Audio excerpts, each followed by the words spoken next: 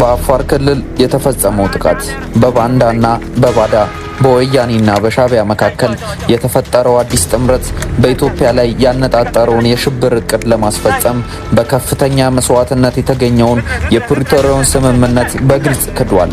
ለዚህም እንደ ማሳያ የሚጠቀሰው ወያኔ በአፋር በኩል የከፈተው ጥቃት ሲሆን ይህ ድርጊት ስምምነቱን ለአንዴና ለመጨረሻ ጊዜ የጣሰ ነው።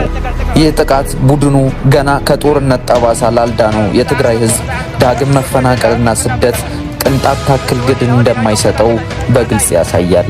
በመሆኑም ስምምነቱ በአንድ ወገን በግልጽ ስለተጣሰ የፌዴራል መንግስት የሀገርን ሉዓላዊነት ለማስከበር ሕግ ለማስፈን ለሚወስደው ማንኛውም እርምጃ ከዓለም አቀፍ ማህበረሰብ ሙሉ ድጋፍና ፍቃድ እንዳገኘ እሙን ነው።